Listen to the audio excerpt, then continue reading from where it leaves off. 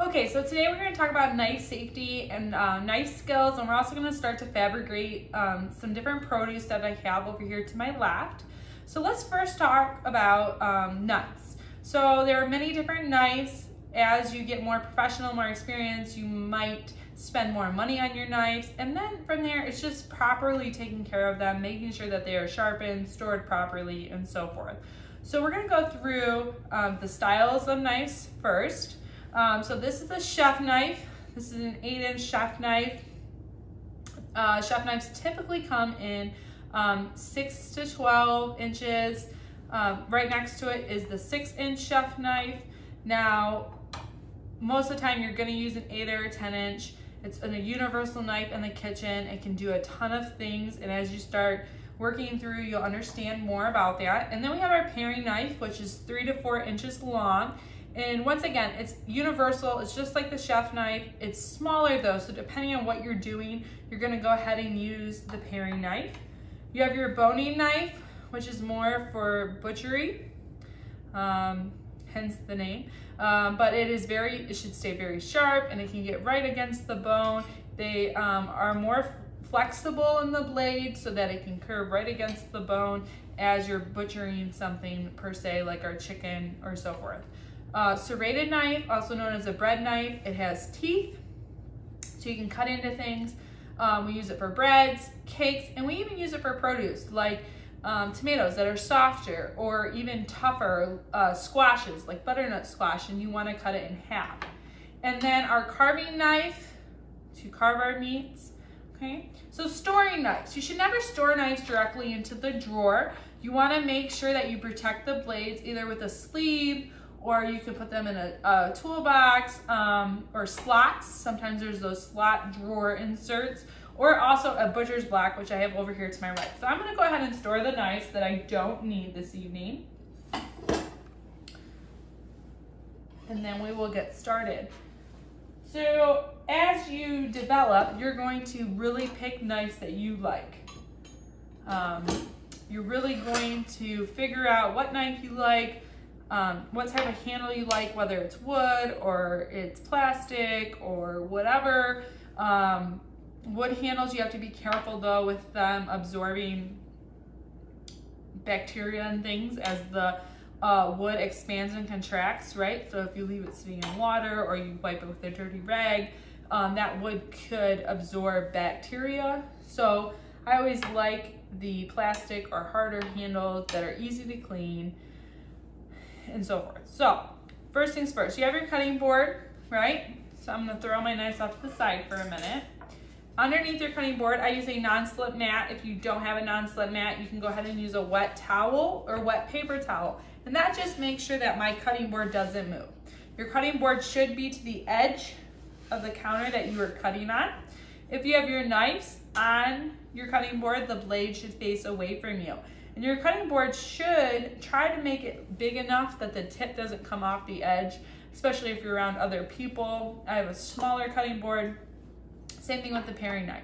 But if I'm not using the knife, I'm going to go ahead and store it to the side of me with the blade facing away. Okay, so there's different parts to the knife, but the biggest thing to know is how to hold it. So we're going to go ahead and you're going to put your thumb right above the bolster. So this is the bolster here. We're going to put our thumb on the blade and our index knuckle, and then our other 3 fingers wrap around the handle. So we can create control up here. You don't want your index finger resting on the top of the blade. That limits your control as you continue to fabricate and cut different things. Index tucked on the blade, okay? If I was handing this knife to another person, I would go ahead and I would put it down and then step away so that person could pick it up. If I'm handing it in air, make sure that the tip is pointed down and I can hand it off by the handle. If I'm walking around the kitchen with the knife, I also need the tip pointed down, blade facing away from my body against the side of my body. And then if someone is approaching me, I'm going to yell the word sharp. So I'm going to let them know that I have a sharp object in my hand. My non-dominant hand, so I'm a right-handed person, so I'm going to cut with my right hand. My non-dominant hand is called my guide arm. And my guide arm, I want to make sure that I keep my fingertips tucked so that if that blade comes right through, it's gonna come right against my knuckles and my thumb is back. So there's no chance of me cutting off my fingertip in the process. Okay, you wanna have good posture when you cut, and you wanna be parallel to your board. So we're gonna go ahead and start looking at some produce. The first thing you need to do is make sure that all your produce is washed. So I am making potato onion soup, so creamy potato soup. So I'm gonna start with a couple things, and you wanna start with dirtiest things last. So I'll always do my potatoes or my parsley last because the green can really get on other things. So let's say I'm going to go ahead, let's do the onion first. So the onion is surrounded by a skin, and we need to remove that skin.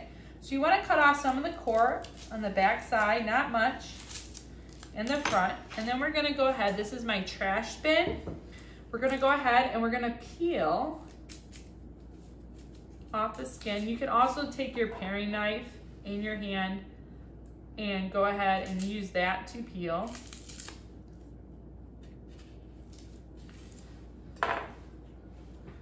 So once I remove this, we'll get started. There's many ways to dice an onion. I have learned 2 different ways from 2 different chefs, but I continue to do the one that I was taught by a master chef when I went to culinary school. It works the best for me. It makes sure that all of my pieces are even. Since I'm making soup, I am dicing my products and keeping them smaller than a soup spoon is the rule. So it's a round object, it's rolling. You definitely want to cut down to a flat side. So my guide hand's here, thumbs tucked. I'm gonna go through and kind of do like a Nike swoosh motion with my knife. So I'm going through and letting the blade do the work. Your knife should be sharp. A sharp knife is a safe knife. Okay, a dull knife is not safe at all. So now there's ridges in your onion that you are going to follow. So whether I'm doing small dice, medium dice, or large dice, I would take my cuts that I'm about to make and make them as wide as I need to. So we're gonna do small dice. So I'm gonna come through and I'm going to cut about 2/3 of the way through. Remember that your onion is round, so you're gonna wanna start cutting like this, go up and then cut down. If you're very good, you'll be able to cut through all the way through, like this, all the way down. Sometimes it's difficult to get down here. So you can also turn your onion and finish the motion. So my end core is here. I'm gonna have that in the back. Now that I cut all my slices, I'm gonna go ahead and put my hand flat on top, and I'm gonna cut 2 lines parallel to each other, about 1/4 of the way in to start my dicing process. Claw hand back here, and now I will start dicing.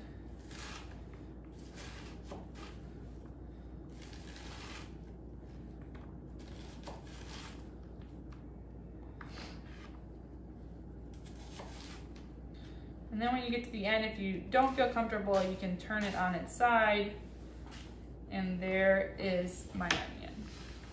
Okay, I have a bench scraper here that allows me to pick up my products and move them quickly. You can also use your knife to do this, but the bench scraper allows more at one time. I'm gonna go ahead and do one more onion. So as you're watching me, I'm cutting 2/3 of the way through.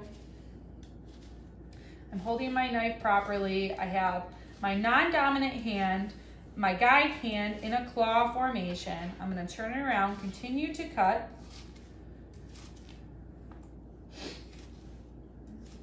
Then I'm gonna go ahead, and sorry if I start crying, onions make me tear up.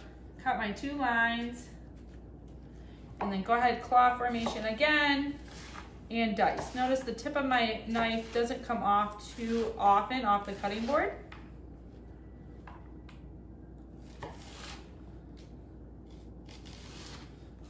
Once again, when I get to that end that I don't feel that comfortable with, I can change it. As you get better control, you'll be able to go to the end of the onion without having to lay it flat. So one of the things that a lot of soups and sauces have is mirepoix. And mirepoix is mostly at the base of all French cooking sauces and soups and stocks. And that is 50% onion 25% celery and 25% carrot. So now I have my celery sticks. Celery is very dirty. You're gonna wanna pull it apart before processing it. So we are going to cut these into planks. And our planks are basically so that we are cutting, so they're around the same thickness. So you'll notice that these two pieces almost look exactly the same. And then as the celery grows thicker, I'm going to go ahead and separate those planks. Why? Because I am small dicing it, and I want to make sure that I get the most out of my product. So these could be like a batonette. Right now it's a little thicker for a batonette, but they could be. And I'm going to turn them in small dice for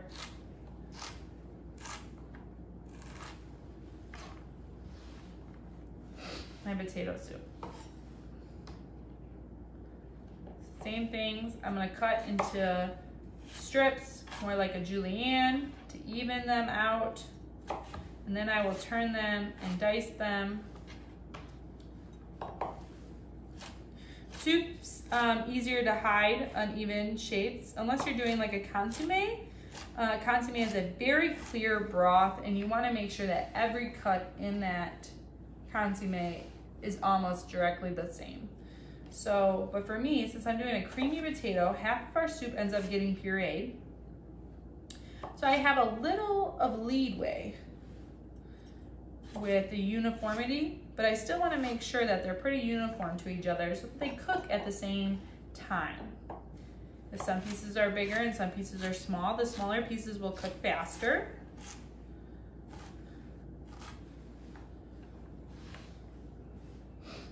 I'm just gonna cut all of the celery. It doesn't mean necessarily I'd use it. I could weigh out your mirepoix if you really needed to. Sometimes the recipe will tell you, but just think if 1 cup is 50%. So if I have 1 cup of onions at 50%, then I would only need a half a cup of celery and a half a cup of carrots to get my 50, 25, 25 for my mirepoix for the soup.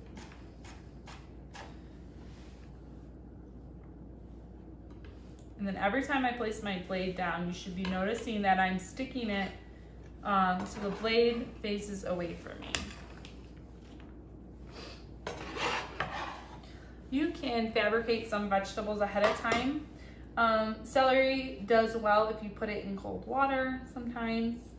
So I'm gonna go ahead and I gotta grab a peeler out here. Here we go. I'm gonna go ahead and peel my carrot.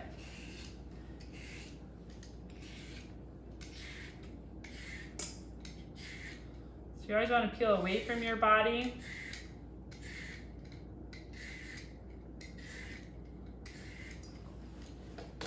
Then to core out the ends of the carrot, I will take my paring knife and I'm just going to go right in to the edge of the carrot and core it out.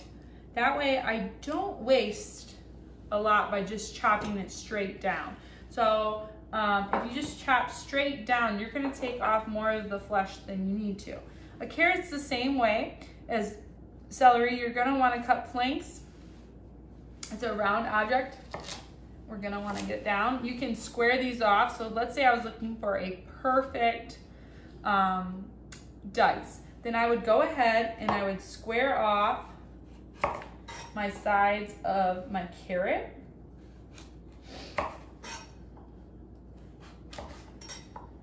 The scraps I could use in a soup, a vegetable stock, roughly chopped. So I'll save those for later. So now that I square it off, I would go ahead and plank. So let's say I'm doing small dice. This would be my small dice plank.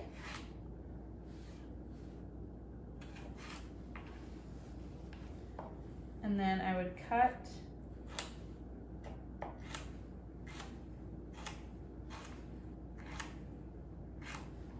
And then I would get my squares here.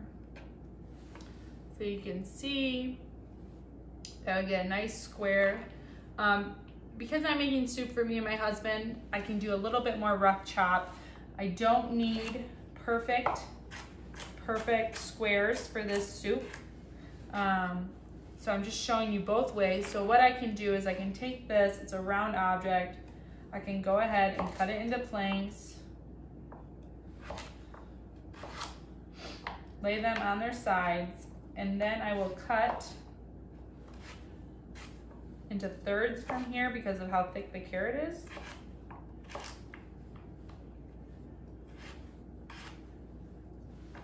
And then from there, I'm just going to chop over. Like I said, rule of thumb for soup is nothing bigger than a soup spoon. Clear my blade off. I'll do this one quickly. You can also put it up, cut planks down.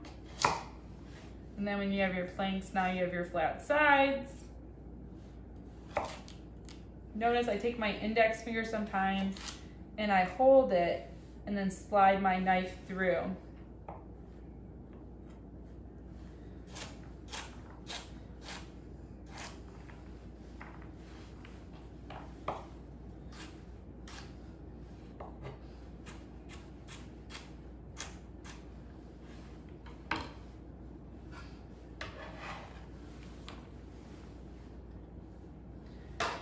Okay, now let's talk about shallots. This is a shallot, this is garlic. A shallot is from the onion garlic family. On the inside, you'll have multiple pieces of shallot. I just need one piece.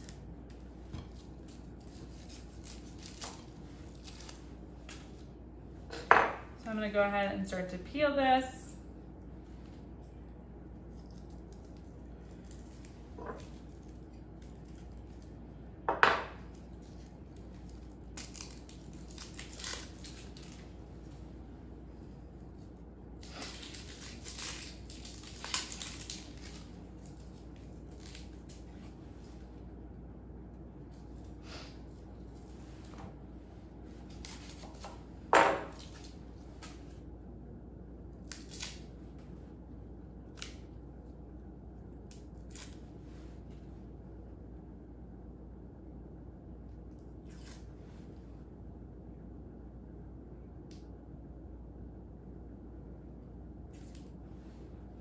And then similar to an onion with the shallot, I'm going to go ahead and cut it a couple, like 2/3 of the way in. Shallots for most things are minced. You will notice that most recipes will call for a minced shallot. I'm using them for a shrimp linguine, like a creamy garlic sauce. So I'm just gonna go ahead and mince them up. When I'm mincing, I can put my guide arm on top of the blade, keeping my blade down on the board, and make really small, fine mince. Depending on what size you're looking for, you can mince longer, depending on what it is. Okay, so a clove of garlic. So you're gonna go through your bulb here and you're going to pick out individual cloves.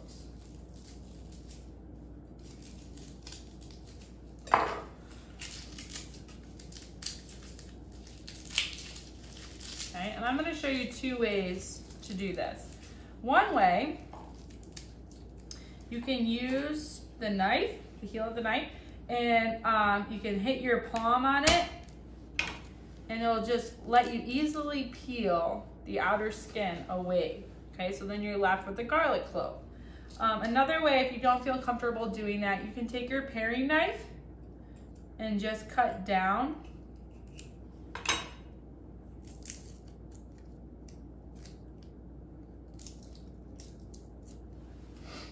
And then remove the skin.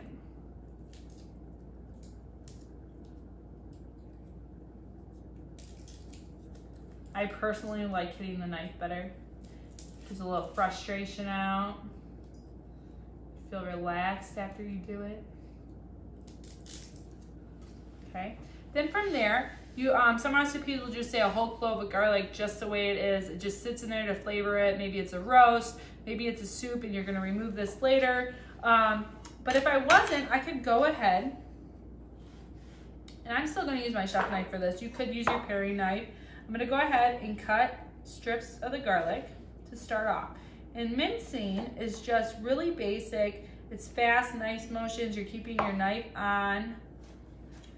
And to mince garlic, there's two things we can do. The garlic will stick to the side of your knife.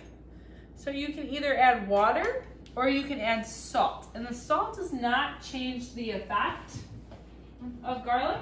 So either one, I'm gonna get some water and add a little water to my cutting board.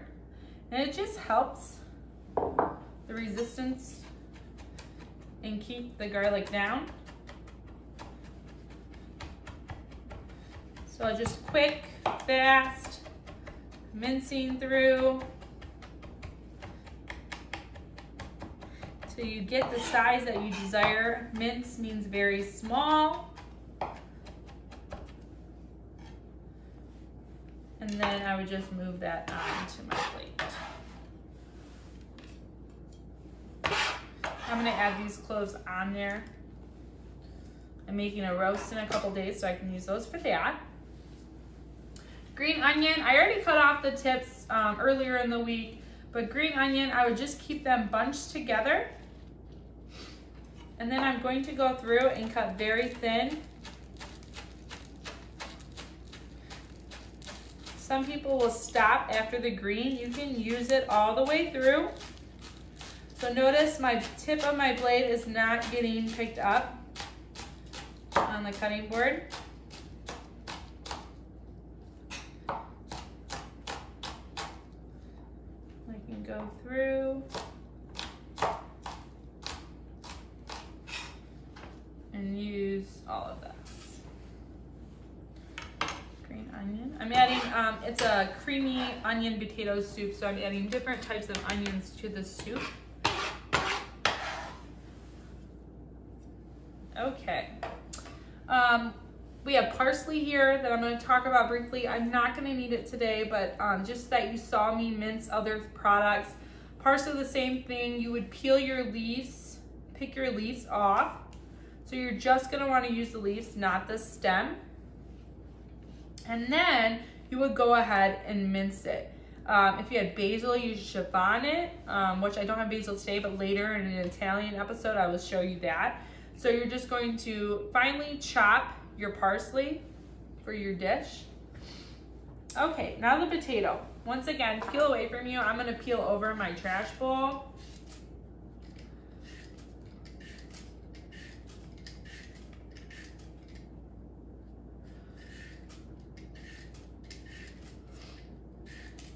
This can take some getting used to because we are used to peeling towards our bodies. Potatoes oxidize, meaning that they start to turn brown when they reach oxygen. So you're gonna wanna get a bowl to store your potatoes in as you cut. And it can be cold water. You can keep your potatoes in the refrigerator for a couple of days, so you can always chop them ahead of time. Potato is a round object. I'm gonna cut planks to get flat sides. And once again, because I am doing a soup where half of it's pureed and I'm not worried about uniformity through the entire soup, I'm being very rough here. If I was using the potato for a different dish or I was practicing my knife skills and I wanted more uniformity, I would do the similarity to the carrot. I would square off the potato, then cut planks, then go from there, cutting like julienne, and then, or battens, and then moving in to dice or whatever I am doing. So same thing, coming through in a knifey swish motion with my knife. If I need to push things away, I can do so. Clearing off my blade. And there you have it. So we have some different things that you saw me do, so you're used to it, you're getting comfortable with it. You have your diced onion. You can do this in any size, shape, or form. If I was doing kebabs, I would do larger pieces. You have your small dice of your celery, your small dice of your carrot. This is gonna be my mirepoix for my potato soup. We have our potatoes that we are starting to dice up. We have our scallions or green onion. We have our minced garlic, and we have our minced shallots. And then I will also go ahead and finely chop some parsley. Save your stems on these. They can be used to make sachets, which are flavorings. So you'll take your parsley stems and you'll add them to flavor soups, stocks, sauces. Okay, so that is it for today's knife safety. Remember, always keep your knives sharp, not dull. Handle them well. If you're walking around the kitchen and someone comes to you, yell out sharp, tip pointed down. If your knife ever is to fall, let it fall. Do not try to grab it, and always store it properly, either in a butcher's block, slots, or there are sleeves for the blade.